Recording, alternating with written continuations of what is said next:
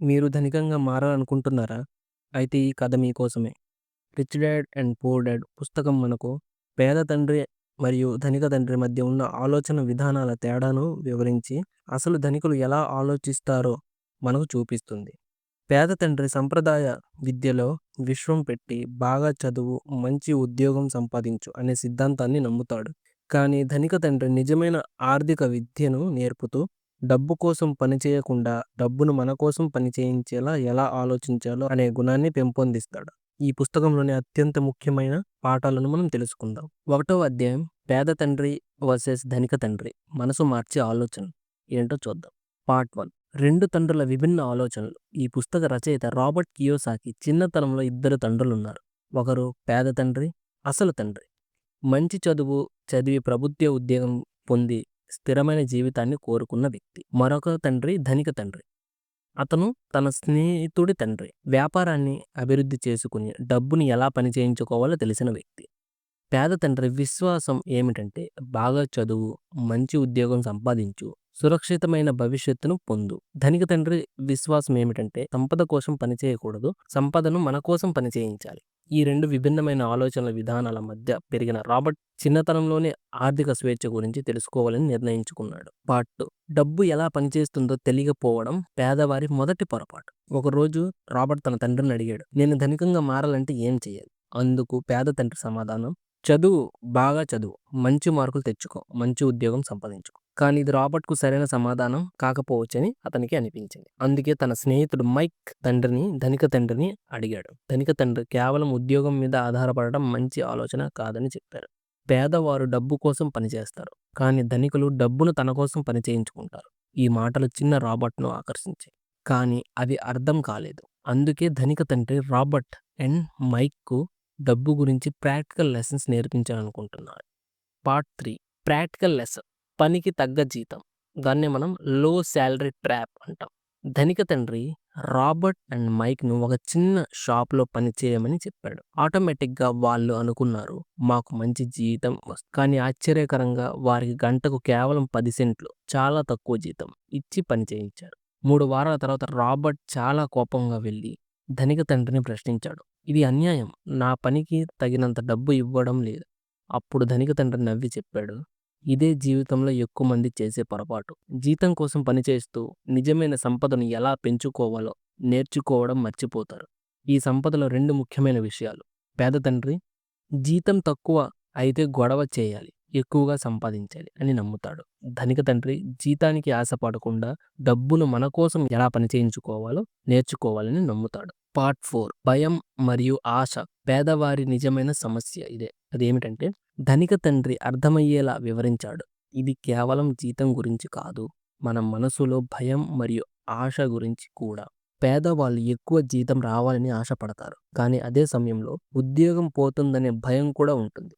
అదే భయం వారి జీవితాంతం ఒక ఉద్యోగానికి పరిమితం చేస్తుంది. ఈ భయాన్ని జయించగలిగే వాళ్ళే ధనికులవుతారు. ఈ ఆలోచన రాబర్ట్కు చాలా కొత్తగా అనిపించింది. అతను దీని మీద మరింతగా ఆలోచించాల్సిన అవసరం ఉందని భావిస్తాడు. రాబర్ట్ తన మనసులో ఒక సందేహంతో ఇంటికి వెళ్ళాడు. అయితే జీతం లేకుండా కూడా డబ్బు సంపాదించడానికి ఏమైనా మార్గాలున్నాయా?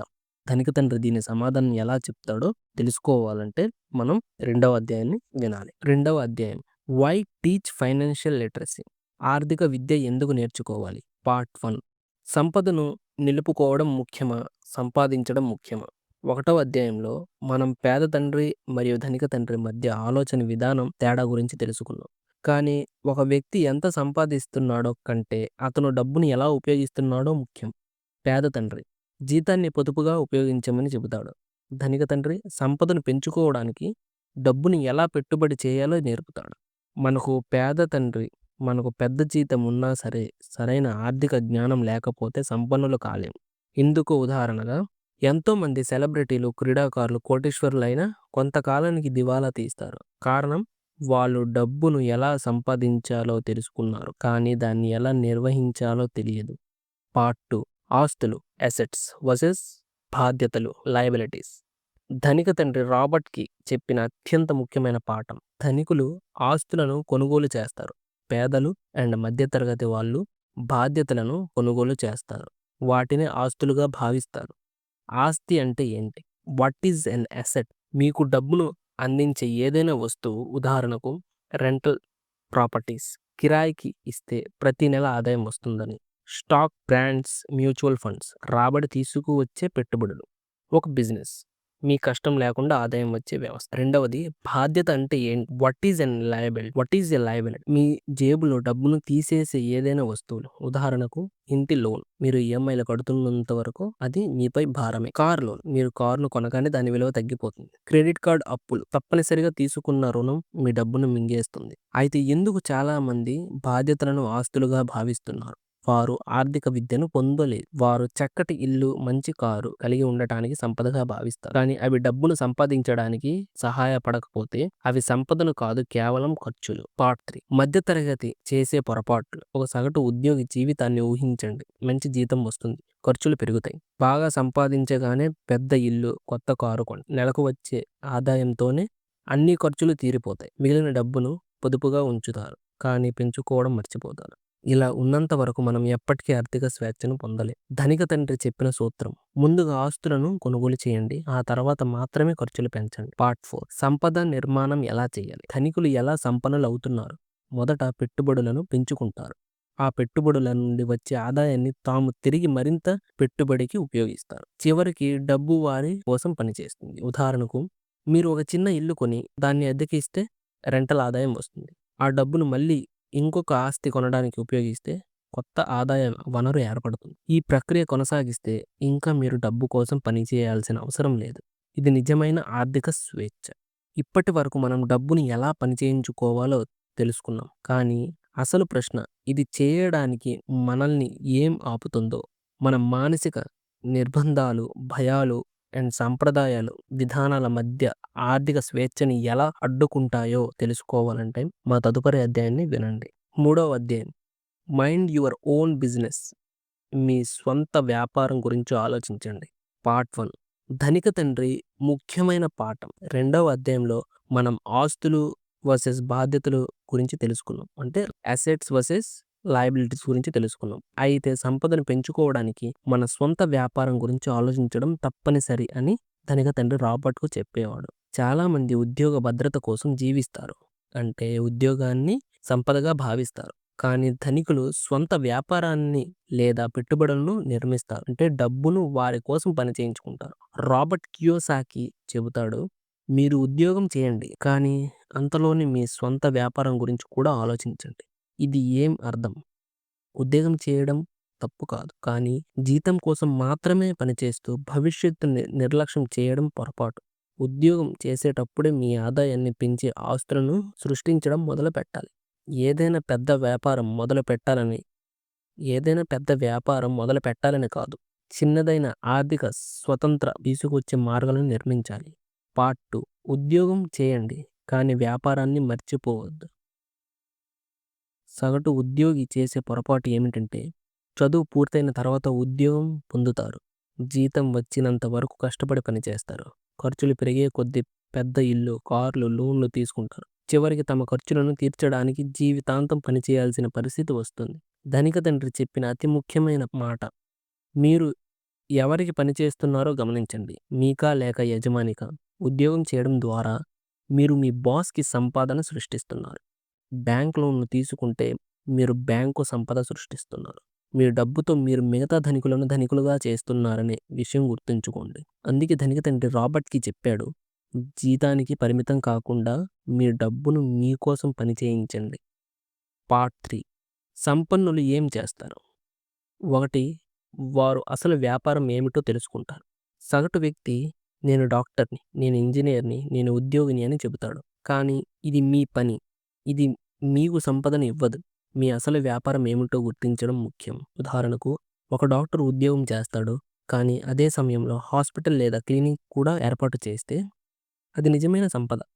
ఒక ఉద్యోగి పనిచేస్తూ నెమ్మదిగా స్టాక్స్, రియల్ ఎస్టేట్స్, బిజినెస్ పెట్టుబడులపై దృష్టి పెడితే భవిష్యత్తులో డబ్బు కోసం పనిచేయాల్సిన అవసరం ఉండదు. మీరు రోజు చేసే పని మీకు సంపదను తీసుకురావట్లేదంటే మీ వ్యాపారం వేరే మార్గంలో ఉంది. రెండవది, వారు ఆస్తులను పెంచుకోవడంపై దృష్టి పెడతారు. ధనికులు తమ ఆస్తులను క్రమంగా పెంచుకుంటూ వాటిని తమ ఆస్తులు, ఆదాయ వనరులుగా మార్చుకుంటారు. Stocks bonds, mutual funds, rental properties, ఒక చిన్న వ్యాపారం like Amazon, YouTube, freelancing, licence లేదా రాయల్టీ ఆదాయాలు.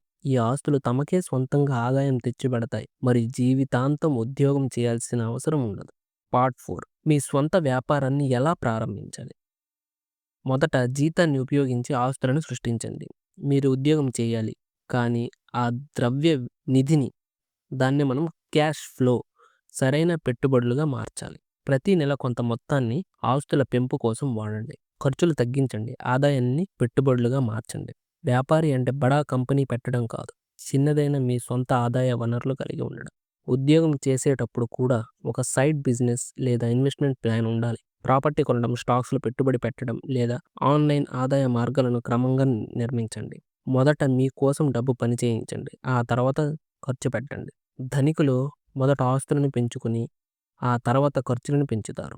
పేదవారు కమాయించగానే ఖర్చులు పెంచుకుంటారు, తర్వాత అప్పుల పాలవుతారు. ఇదే ధనికులు మరియు పేదవారి మధ్య తేడా. లేదా ఇప్పటి వరకు మనం ఉద్యోగం చేస్తూనే వ్యాపారం నిర్మించుకోవడం గురించి తెలుసుకున్నాం. కానీ అసలు సమస్య పేదవారు మరియు మధ్యతరగతి వారు ధనికులుగా మారటానికి ఏమి అడ్డంకంగా మారుతుంది. ఇది కేవలం డబ్బు లేకపోవడం వల్ల కాదు, మన భయం, అలవాట్లు, తప్పుడు ఆలోచన విధాన కారణంగా. ఈ మానసిక నిర్బంధాలను ఎలా అధిగమించాలి, ధనిక తండ్రి రాబర్ట్కి ఏం నేర్పాడు తెలుసుకోవాలంటే తదుపరి అధ్యాయాన్ని వినాలి. 3వ అధ్యాయం, మైండ్ యువర్ ఓన్ బిజినెస్. మీ స్వంత వ్యాపారం గురించి ఆలోచించండి. పార్ట్ 1, ధనిక తండ్రి ముఖ్యమైన పాఠం. 2వ అధ్యాయంలో మనం ఆస్తులు వర్సెస్ బాధ్యతలు గురించి తెలుసుకున్నాం. అంటే అసెట్స్ వర్సెస్ లయబిలిటీస్ గురించి తెలుసుకున్నాం. అయితే సంపదను పెంచుకోవడానికి మన స్వంత వ్యాపారం గురించి ఆలోచించడం తప్పనిసరి అని ధనిక తండ్రి రాబర్ట్కు చెప్పేవాడు. చాలామంది ఉద్యోగ భద్రత కోసం జీవిస్తారు, అంటే ఉద్యోగాన్ని సంపదగా భావిస్తారు. కానీ ధనికులు స్వంత వ్యాపారాన్ని లేదా పెట్టుబడులను నిర్మిస్తారు, అంటే డబ్బును వారి కోసం పని చేయించుకుంటారు. రాబర్ట్ కియోసాకి చెబుతాడు, మీరు ఉద్యోగం చేయండి, కానీ అంతలోని మీ స్వంత వ్యాపారం గురించి కూడా ఆలోచించండి. ఇది ఏం అర్థం? ఉద్యోగం చేయడం తప్పు కాదు, కానీ జీతం కోసం మాత్రమే పనిచేస్తూ భవిష్యత్తుని నిర్లక్ష్యం చేయడం పొరపాటు. ఉద్యోగం చేసేటప్పుడే మీ ఆదాయాన్ని పెంచే ఆస్తులను సృష్టించడం మొదలు పెట్టాలి. ఏదైనా పెద్ద వ్యాపారం మొదలు పెట్టాలని కాదు, చిన్నదైన ఆర్థిక స్వతంత్ర తీసుకొచ్చే మార్గాలను నిర్మించాలి. పార్ట్ 2, ఉద్యోగం చేయండి కానీ వ్యాపారాన్ని మర్చిపోవద్దు. సగటు ఉద్యోగి చేసే పొరపాటు ఏమిటంటే, చదువు పూర్తయిన తర్వాత ఉద్యోగం పొందుతారు, జీతం వచ్చినంత వరకు కష్టపడి పనిచేస్తారు, ఖర్చులు పెరిగే కొద్దీ పెద్ద ఇల్లు, కార్లు, లోన్లు తీసుకుంటారు. చివరికి తమ ఖర్చులను తీర్చడానికి జీవితాంతం పనిచేయాల్సిన పరిస్థితి వస్తుంది. ధనిక తండ్రి చెప్పిన అతి ముఖ్యమైన మాట, మీరు ఎవరికి పనిచేస్తున్నారో గమనించండి, మీకా లేక యజమానికా. ఉద్యోగం చేయడం ద్వారా మీరు మీ బాస్కి సంపాదన సృష్టిస్తున్నారు. బ్యాంక్ లోన్లు తీసుకుంటే మీరు బ్యాంకు సంపద సృష్టిస్తున్నారు. మీ డబ్బుతో మీరు మిగతా ధనికులను ధనికులుగా చేస్తున్నారనే విషయం గుర్తుంచుకోండి. అందుకే ధనిక తండ్రి రాబర్ట్కి చెప్పాడు, జీతానికి పరిమితం కాకుండా మీ డబ్బును మీకోసం పని చేయించండి. పార్ట్ 3, సంపన్నులు ఏం చేస్తారు. 1, వారు అసలు వ్యాపారం ఏమిటో తెలుసుకుంటారు. సగటు వ్యక్తి, నేను డాక్టర్ని, నేను ఇంజనీర్ని, నేను ఉద్యోగిని అని చెబుతాడు. కానీ ఇది మీ పని, ఇది మీకు సంపదను ఇవ్వదు. మీ అసలు వ్యాపారం ఏమిటో గుర్తించడం ముఖ్యం. ఉదాహరణకు, ఒక డాక్టర్ ఉద్యోగం చేస్తాడు, కానీ అదే సమయంలో హాస్పిటల్ లేదా క్లినిక్ కూడా ఏర్పాటు చేస్తే అది నిజమైన సంపద. ఒక ఉద్యోగి పనిచేస్తూ నెమ్మదిగా స్టాక్స్, రియల్ ఎస్టేట్స్ బిజినెస్ పెట్టుబడులపై దృష్టి పెడితే భవిష్యత్తులో డబ్బు కోసం పనిచేయాల్సిన అవసరం ఉండదు. మీరు రోజు చేసే పని మీకు సంపదను తీసుకురావట్లేదంటే మీ వ్యాపారం వేరే మార్గంలో ఉంది. 2వది, వారు ఆస్తులను పెంచుకోవడంపై దృష్టి పెడతారు. ధనికులు తమ ఆస్తులను క్రమంగా పెంచుకుంటూ వాటిని తమ ఆస్తులు, ఆదాయ వనరులుగా మార్చుకుంటారు. Stocks, bonds, mutual funds, rental properties, ఒక చిన్న వ్యాపారం like Amazon, YouTube, freelancing, licence లేదా రాయల్టీ ఆదాయాలు. ఈ ఆస్తులు తమకే సొంతంగా ఆదాయం తెచ్చిపెడతాయి మరియు జీవితాంతం ఉద్యోగం చేయాల్సిన అవసరం ఉండదు. పార్ట్ 4, మీ స్వంత వ్యాపారాన్ని ఎలా ప్రారంభించాలి. మొదట జీతాన్ని ఉపయోగించి ఆస్తులను సృష్టించండి. మీరు ఉద్యోగం చేయాలి, కానీ ఆ ద్రవ్య నిధిని, దాన్ని మనం క్యాష్ ఫ్లో, సరైన పెట్టుబడులుగా మార్చాలి. ప్రతి నెల కొంత మొత్తాన్ని ఆస్తుల పెంపు కోసం వాడండి. ఖర్చులు తగ్గించండి. ఆదాయాన్ని పెట్టుబడులుగా మార్చండి. వ్యాపారి అంటే బడా కంపెనీ పెట్టడం కాదు. చిన్నదైన మీ సొంత ఆదాయ వనరులు కలిగి ఉండడం. ఉద్యోగం చేసేటప్పుడు కూడా ఒక సైడ్ బిజినెస్ లేదా ఇన్వెస్ట్మెంట్ ప్లాన్ ఉండాలి. ప్రాపర్టీ కొనడం, స్టాక్స్‌లో పెట్టుబడి పెట్టడం లేదా ఆన్‌లైన్ ఆదాయ మార్గాలను క్రమంగా నిర్మించండి. మొదట మీ కోసం డబ్బు పని చేయించండి. ఆ తర్వాత ఖర్చు పెట్టండి. ధనికులు మొదట ఆస్తులను పెంచుకుని, ఆ తర్వాత ఖర్చులను పెంచుతారు. పేదవారు కమాయించగానే ఖర్చులు పెంచుకుంటారు. తర్వాత అప్పుల పాలవుతారు. ఇదే ధనికులు మరియు పేదవారి మధ్య తేడా లేదా? ఇప్పటి వరకు మనం ఉద్యోగం చేస్తూనే వ్యాపారం నిర్మించుకోవడం గురించి తెలుసుకున్నాం. కానీ అసలు సమస్య పేదవారు మరియు మధ్య తరగతి వారు ధనికులుగా మారటానికి ఏమి అడ్డంకంగా మారుతుంది? ఇది కేవలం డబ్బు లేకపోవడం వల్ల కాదు. మన భయం, అలవాట్లు, తప్పుడు ఆలోచన విధాన కారణంగా. ఈ మానసిక నిర్బంధాలను ఎలా అధిగమించాలి? ధనిక తండ్రి రాబర్ట్‌కి ఏం నేర్పాడు? తెలుసుకోవాలంటే తదుపరి అధ్యాయాన్ని వినాలి. 4వ అధ్యాయం the history of taxes and the power of corporation. పన్నుల చరిత్ర మరియు కార్పొరేషన్ల పార్ట్ 1. ధనికులు ఎలా పన్నులను తక్కువగా చెల్లిస్తారు? ధనిక తండ్రి రాబర్ట్‌కి చెప్పిన ఒక ముఖ్యమైన పాఠం. పేదలు మరియు మధ్యతరగతి వారు పన్నులను చెల్లించడానికి పనిచేస్తారు. కానీ ధనికులు ఎలా తగ్గించుకోవాలో నేర్చుకుంటారు. చాలామంది ఉద్యోగుల జీతం పన్నులకి కట్టి మిగిలిన దానితో జీవితం సాగిస్తారు. కానీ ధనికుల జీతం ఖర్చులను పై పెట్టి మిగిలిన దానిపై మాత్రమే పన్నులు కడతారు. పన్నుల చరిత్ర మధ్యతరగతిపై భారం. పురాతన కాలంలో పన్నులు కేవలం రాజులు, సామంతుల కోసం ఉండేవి. అయితే కాలానుగుణంగా ప్రభుత్వాలు మధ్యతరగతిపై ఎక్కువగా పన్నులను విధించాయి. ధనికులు ప్రభుత్వం నిబంధనలను అర్థం చేసుకుని వ్యాపారాల ద్వారా పన్నులను తగ్గించుకోవడం నేర్చుకుంటారు. ఇది తెలిసి కూడా ఎందుకు పేదలు అధిక పన్నులను కడుతున్నారు? వాళ్లకు ఆర్థిక విద్య లేదు. వారు ఉద్యోగం మాత్రమే ప్రధాన ఆదాయ వనరుగా భావిస్తున్నారు. వారు ధనికులు పన్నులు చెల్లించట్లేదు అనే మోసం చేసేవాళ్ళు అనుకుంటున్నారు. కానీ నిజానికి ధనికులు పన్నులను, చట్టాలను అర్థం చేసుకుని వాటిని ఉపయోగించుకుంటారు. పార్ట్ 2 కార్పొరేషన్లు ధనికుల రక్షణ కవచం. ధనిక తండ్రి రాబర్ట్‌కి నేర్పిన మరో గొప్ప సూత్రం కార్పొరేషన్లు ధనికుల రక్షణ కవచంగా పనిచేస్తాయి. ఉద్యోగులు సంపాదించిన తర్వాత పన్నులు కడతారు. ధనికులు వ్యాపార ఖర్చులను తీర్చిన తర్వాత మాత్రమే పన్నులు కడతారు. కార్పొరేషన్లు ఎందుకు శక్తివంతమైనవి? ఉద్యోగి తన జీతంపై పన్నులు కడతాడు, ఆ తర్వాత ఖర్చులు కడతాడు. కానీ వ్యాపారం చేసే వ్యక్తి తన ఆదాయాన్ని మొదట వ్యాపార ఖర్చులకు ఉపయోగిస్తాడు, తర్వాత మిగిలిన మొత్తాన్ని మాత్రమే పన్నులు చెల్లిస్తాడు. ఉదాహరణకు, ఒక ఉద్యోగి ₹1,00,000 సంపాదిస్తే ముందుగా ప్రభుత్వానికి 30,000 పన్ను కడతాడు. మిగిలింది 70,000లో వ్యక్తిగత ఖర్చులు నిర్వహించుకోవాలి. కానీ ఒక వ్యాపారి లేదా కార్పొరేషన్ ఇలా చేస్తుంది. ముందుగా వ్యాపార ఖర్చుల కోసం 50,000 ఉపయోగిస్తాడు. మిగిలిన 50,000 మాత్రమే పన్నులు కడతాడు. ఇదే ధనికుల బలమైన ఆర్థిక వ్యూహం. వారు తమ కార్ల ఖర్చులను, ట్రావెలింగ్ ఖర్చులను, మానసిక ఎదుగుదల కోర్సులను ఇలాంటివన్నీ వ్యాపార ఖర్చులుగా చూపించుకుంటారు. చివరికి తక్కువ మొత్తాన్ని మాత్రమే పన్ను కట్టాలి. పార్ట్ 3 మధ్యతరగతి పేదలుగా ఎందుకు ఉంటారు? వారు ఎక్కువగా ఉద్యోగ భద్రత గురించి ఆలోచిస్తారు. సంపద నిర్మించడానికి ఆలోచించరు. వారు అధిక జీతం పొందటమే ప్రధాన లక్ష్యంగా ఉంచుతారు. పెట్టుబడులు మరియు వ్యాపారాలను కాదు. వారు ధనికులను మోసగాళ్లుగా భావిస్తారు. కానీ వారి ఆర్థిక వ్యూహాలను నేర్చుకోవడం మర్చిపోతారు. వారు అదనపు ఆదాయ మార్గాలను నిర్మించకుండా కేవలం ఉద్యోగంపై ఆధారపడతారు. మీరు ఏం సంపాదిస్తున్నారనే దానికన్నా మీరు దాన్ని ఎలా ఉపయోగిస్తున్నారో ముఖ్యం. పార్ట్ 4 సంపదను పెంచుకునే మార్గం. మీరు ఆర్థిక విద్యను పెంచుకోండి. ధనికులు ఆర్థిక విషయాలను అర్థం చేసుకుంటారు. పన్నులు, పెట్టుబడులు, వ్యాపారం. మీరు కూడా ఈ విషయాలను నేర్చుకోవాలి మరియు సరైన నిర్ణయాలు తీసుకోవాలి. మీరు పనిచేసిన డబ్బు అంతా ప్రభుత్వానికి, బ్యాంకులకు పోకుండా ఉండాలి. ఉద్యోగం చేయండి, కానీ వ్యాపారాన్ని నిర్మించండి. వ్యాపారం అంటే పెద్ద కంపెనీలు పెట్టాలని కాదు. చిన్నదైన అదనపు ఆదాయ వనరులు ఉండాలి. Affiliate marketing, YouTube freelancing, rental properties, investings, etcetera. ఇవన్నీ మీకు నెమ్మదిగా ఆర్థిక స్వేచ్ఛను తీసుకొస్తాయి. వ్యాయామం చేయడాన్ని ఆపండి. పెట్టుబడులను పెట్టడం మొదలుపెట్టండి. అవసరపు ఖర్చులను తగ్గించండి.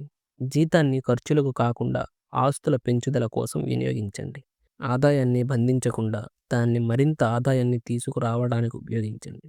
ధనికుల వ్యూహాలను నేర్చుకుని ఉపయోగించుకోండి. మీరు కార్పొరేట్ వ్యూహాలను అర్థం చేసుకుని సరైన దారిలో పెట్టుబడులు పెట్టండి. పన్నులను తగ్గించుకునే మార్గాలను తెలుసుకోండి. వ్యాపారం, రియల్ ఎస్టేట్, పెట్టుబడులు. మీరు కూడా ధనికుల మాదిరిగా ఆలోచించడం నేర్చుకుంటే మీరు సంపన్నులుగా మారొచ్చు.